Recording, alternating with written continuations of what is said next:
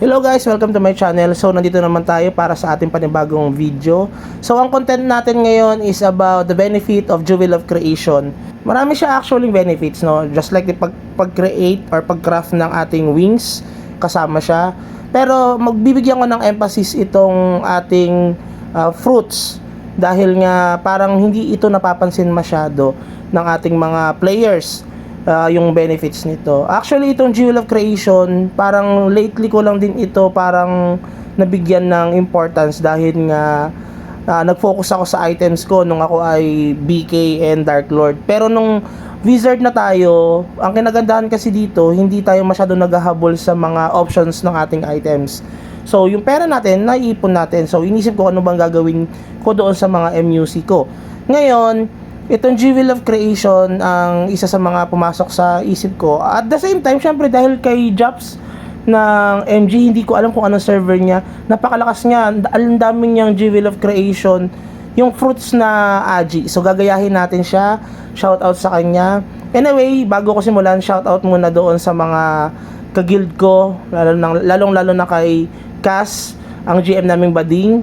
Kay Dayin. Ewan ko paano mo i-pronounce yung pangalan mo. So, alam ko na manonood ka dito sa video na ito. So, shout out na kita. At the same time, dun sa kay Ivy at kay Bayleaf na okay lang i-PK nyo yung aking buffer. Basta kayo man-PK, hindi ako babawi. Sa kabady ko na si Brian, kahit na sinasabihan ka ng pangit na mga kaguild ko, tanggap kita pre. No, ganyan talaga. Hindi kita kayang pagtanggol, pero tanggap kita. So, simulan na natin. Baka lalong humaba itong video na ito. Ang focus kasi natin talaga yung ang Jewel of Creation. Yung Jewel of Creation, marami siyang pwedeng i-craft. Itong Agi Fruits, yung Combo Fruits, SD Fruits. Ngayon, itong Agi Fruits, no, by luck kasi siya. Meron kasi siyang 0 to 3 points ang pwedeng idagdag sa atin. Kaya kapag malas ka, syempre 0 mabibigay sa'yo. Kaya ang ginawa natin, nag-craft tayo ng 50 na Agi Fruits para kahit papano hindi masakit kapag puro 0 yung nabigay sa atin. Malay mo, madagdag pa sa atin 3 points, no? Itong Jewel of Creation, nabibili ito sa ating daily. I mean, dito sa ating store. Ito ay nare-reset daily.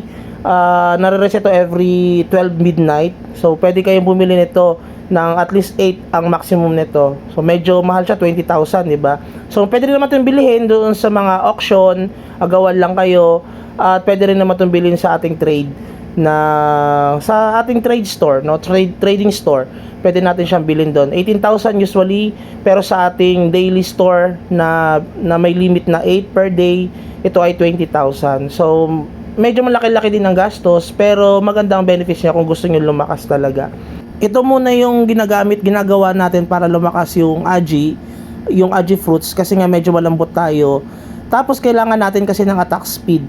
Kapag mas mataas kasi ang ating Agi, syempre kukunat tayo, tataas ang ating SD.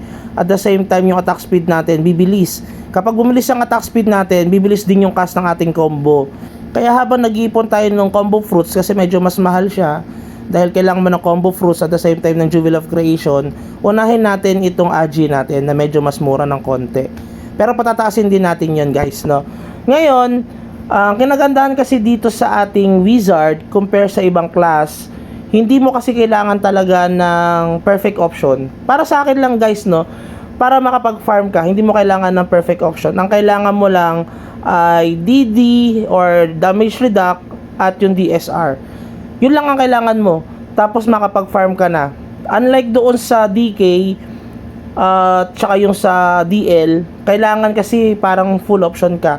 Lalo na sa BK, medyo nahirapan ako doon pala kasi dahil nga tulad nyo yung gamit ko, tingnan nyo, DSR tsaka reduct lang, nakapag-farm na ako. Sa DK kasi, para ma-maximize mo yung lakas ng DK, kailangan mo full option kasi yung kanyang HP kailangan pataasin, yung kanyang syempre reduct, tapos yung DSR niya kailangan mo yun, importante sa mobs yun.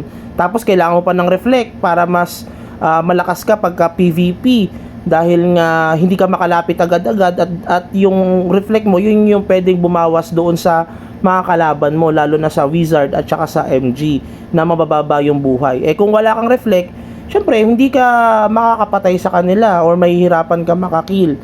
So yun ang importance or kinagandahan nitoong ating Wizard. So gagamitin na natin yung ating fruits. Ikakat natin yung video dahil nga sa isang video ko ginawa yon. So 1, 2, 3, cut. So gagamitin na natin guys yung ating aji fruits na inipon. 50 ang ating aji fruits.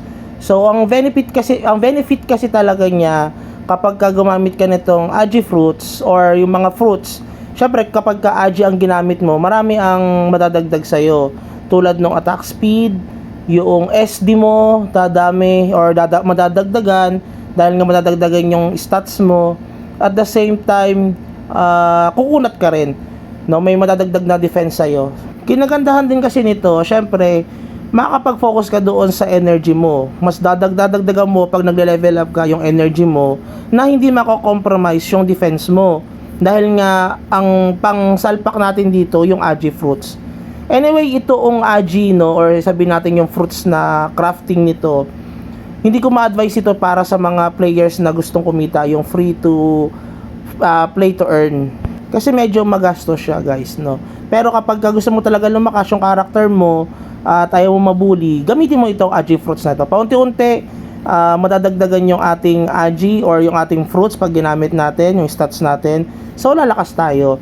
Mas magiging advantage natin yun. Isama mo pa yung bigay na stats ng ating VIP. So, dagdag rin sa atin yun pagka pinapataas yung VIP natin. No, kaya gawin nyo yun. Kung mapapansin nyo sa stats ko, no, medyo mababa pa yung ating aji, 20 pa lang dito. So, kapag ginamit natin to, tignan natin kung ilan yung madadagdag. So, gagamitin na natin siya, guys. By 10 kasi ang dagdag nito. Ay, by 10 kasi ang paggamit nito. Kung mapapansin nyo, 0 to 3 points lang ang madadagdag o 5 points ang nadagdag sa atin sa una.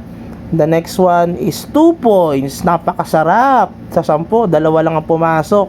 Tapos 4 points. Tapos 3 points. Then 3 points ulit. Biruin mo yun. Ganun lang, guys. Medyo malungkot kasi 17 lang out of 50 na ginamit natin. Pero move on na. Ganun talaga. Acceptance is the key. So kapag umabot kayo sa video na ito, please consider like, subscribe, and also pakishare na rin para kahit papano may ma-enlighten sa ating video. So maraming salamat. Have a good day. Enjoy playing. Bye-bye.